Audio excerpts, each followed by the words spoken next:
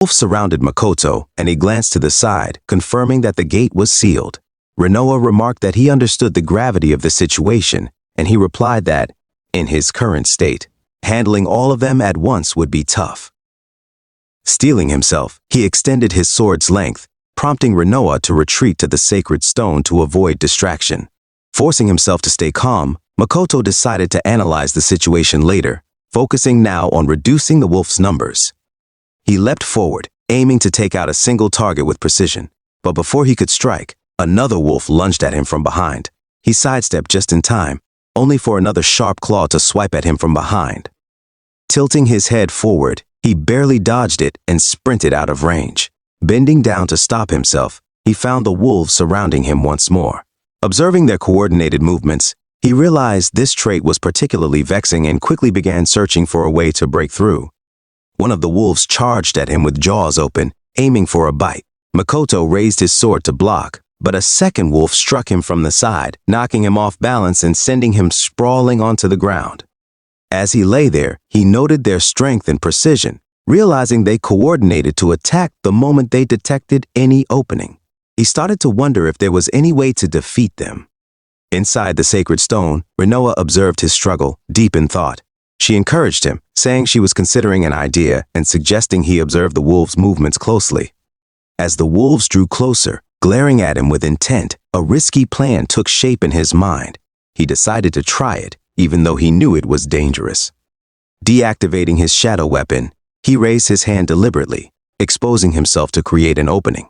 Rinoa was alarmed, realizing that this move could easily cost him his life if it didn't work. Seeing an opportunity, the wolves charged at him simultaneously. Just as they closed in, Makoto reactivated his shadow weapon skill, forming a sword that extended into the open mouth of one wolf. With a swift, forceful slash, he cut through that wolf and downed two others in a single strike. Taking out 3 wolves at once, he looked at his sword in awe, relieved that his quick reactivation had worked. Rinoa reappeared, commending him for his strategy in deliberately creating an opening to lure the wolves and eliminate them all at once. Collapsing to the ground, Makoto admitted he wasn't entirely sure it would work. Rinoa then asked why this dungeon seemed far stronger than anticipated, as it clearly wasn't an F rank. Makoto agreed, concluding that it must be a D rank dungeon, far tougher than what he was prepared for.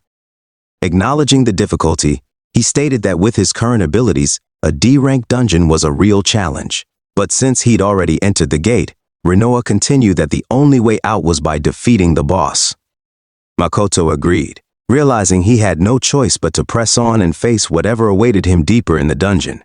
Both Makoto and Rinoa froze in shock as they sensed something approaching, a new swarm of wolves. Frustration welled up in Makoto. He had just managed to defeat 3 of them, and now there were even more.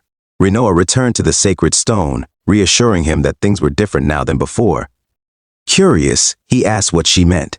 She instructed him to raise one hand forward, focus on shadow chains, and target one of the wolves. He did as she instructed, and shadow chains emerged from his hand, wrapping around the wolf's body.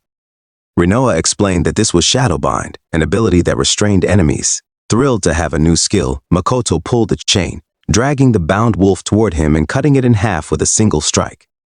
Stunned by the effectiveness of the ability, he barely had time to react as another wolf lunged at him from behind. He quickly used Shadowbind again, wrapping the chains around the wolf. Grabbing the chain with his other hand, he hurled the wolf around, smashing it against other wolves. Realizing the versatility of the binding ability, he formed his shadow sword and used Shadowbind on the next approaching wolf, exclaiming to Rinoa how incredible and easy the ability was to use. She agreed, praising his skill but cautioning him that Shadowbind consumed a lot of magic, so he should use it wisely. He acknowledged her warning, saying that with this new power, he could keep pressing forward. A while later, he planted his shadow sword into the ground, relieved that the battle was finally over. Reflecting on the large number of wolves he had just defeated, he noted with satisfaction that he wasn't even tired. Rinoa reminded him that hunters grow stronger the more demons they defeat, explaining that his stamina was evidence of this progress. Makoto looked down at his hands, feeling a surge of pride as he recognized his growth. After a brief rest, he nodded to Rinoa, signaling it was time to move on. As they continued, Rinoa silently observed his rapid development. She realized that, despite his limited experience with demons, his physical abilities, mental strength, and quick thinking had allowed him to adapt quickly, filling her with excitement for what lay ahead. After a short while, Makoto reached the dungeon's deepest area, where the dungeon boss awaited. He stared at the massive gate, hesitating slightly. Rinoa, sensing his tension, appeared beside him and asked if something was wrong. He explained that it was a hunter's duty to clear dungeons since only a hunter could unlock the door to the boss. Admitting his fear of facing a D-rank boss, he also confessed his excitement at the chance to prove himself as a real hunter. Rinoa reminded him that this was only the beginning, and he agreed, determined to make it out alive and continue his journey to become a hunter who could one day save the world. With newfound resolve, Makoto grasped the gate and pushed it open without hesitation. Stepping inside and closing the door behind him, he looked up and saw the towering form of the D-rank dungeon boss, a hell scorpion, its massive stinger poised as it growled in fury at his arrival. Makoto trembled as he observed the hell scorpion's tough, mineral-like outer shell, wondering if it was harder than metal. Rinoa, sensing his fear, asked if he was scared. He replied that he was fine and chalked it up to babble jitters. Just then the scorpion lunged, striking the ground with its tail and leaving a deep crater where he had stood moments before. Makoto moved to the side, noting the precision and speed of its attacks. A direct hit would be fatal. Suddenly, it thrust a massive claw toward him, but he managed to block it with his shadow sword just in time. Leaping onto the scorpion's arm, he slashed down, but his attack left no mark, confirming his suspicion about its tough armor. The scorpion whirled around, searching for him, and Makoto retreated to a safer distance. He resolved to dodge and analyze its movements, knowing that even the strongest armor might have weak spots, likely around its joints or the base of its limbs. Rinoa watched quietly from within his realm, observing his strategy. Makoto attacked again, focusing on its arms and tail, but his strike still failed to make a dent. Gathering all his strength, he plunged his sword toward its head, yet it barely scratched the surface.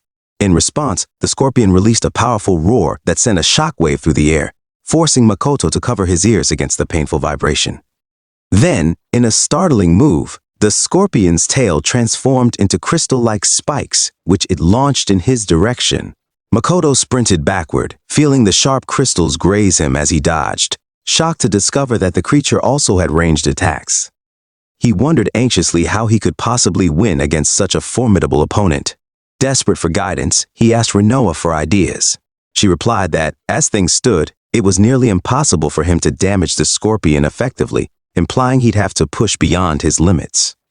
Just then, the scorpion charged at him, and he quickly reacted, using Shadowbind to chain its arms and swing it hard into the wall, causing the entire cave to shake. Makoto knew that had he been hit, it would have been fatal. As the scorpion turned back toward him, he noticed a crack had formed on its head, sparking a realization. Blunt force, not slashing, might be the key to breaking through. The scorpion screeched in fury and launched another sharp claw in his direction, but Makoto leapt away in time. It attacked again, even more fiercely than before, and he dodged with a sense of urgency, realizing that its movements were becoming increasingly aggressive and relentless. Taking stock of his options, he considered changing the size of his sword, but recognized that slashing attacks wouldn't help him in the first place. Determined, he focused on creating a new plan, one that would rely on blunt force to exploit the crack he had just discovered. Rinoa called out to Makoto, reminding him of the first time he'd used his shadow weapon. He realized what she was hinting at, recalling how he defeated the previous D-rank boss. Smiling as he understood, he watched as the scorpion lunged both claws at him, attempting to crush him. He jumped just in time. Rinoa warned him that he couldn't dodge its attack in midair, and, as expected, the scorpion released a barrage of crystal spikes in his direction. Instead of evading, Makoto activated Shadowbind, wrapping chains around the scorpion's body. He then pulled himself closer, shielding his head from the spikes as he closed in. As he neared, he transformed his shadow weapon into a massive hammer and swung it down with all his strength onto the scorpion's head. Relieved, he sighed as the scorpion finally fell still, defeated. Rinoa, admitting that she'd been stubborn by not giving him a direct hint. He replied that they were both equally stubborn. She emerged and explained that the shadow weapon could form more than just swords. Grateful for the hint, he joked that a direct answer would have been easier, but Rinoa reminded him that realizing things himself was part of his growth, an essential skill for the future. Agreeing, Makoto acknowledged it had been a valuable experience. Rinoa added that unexpected challenges helped him grow and hinted that it would be beneficial if they happened regularly. He laughed awkwardly, hoping they wouldn't be that frequent. The next day at Tokyo's Hunter Association, the assistant bowed repeatedly, apologizing and admitting the mistake regarding the dungeon's difficulty. Makoto reassured her, saying he'd learned a lot from the experience and there was no harm done. She thanked him for his understanding and informed him that his reward would be transferred to the account he provided, asking him to confirm the amount. Shocked, he stammered upon seeing the payment of 1,500,000 yen, asking her to verify if it was correct. She confirmed, explaining that solo clearing a D-rank dungeon warranted a substantial reward. She then addressed him as Mr. Hunter, which took him by surprise, and he smiled, accepting the acknowledgement with pride. As he left the building, he excitedly told Rinoa that they should buy some flowers for their apartment as planned. Rinoa agreed, and he thought he could easily afford a beautiful bouquet now. Just then, he noticed someone passing by, a familiar presence that made him pause. The woman called his name, and he turned to see his childhood friend, Ruka Kazane. With a bright smile, Kazane greeted him, commenting that it had been a long time and asking how he'd been. Makoto told her he'd finally made a pact with a divine spirit and was working hard, which prompted her to approach him in surprise. She congratulated him warmly, acknowledging the effort he'd put in over the years, and he shyly thanked her. Around them, passers-by gathered, recognizing Kazane as the young hunter who had risen to D rank in record time.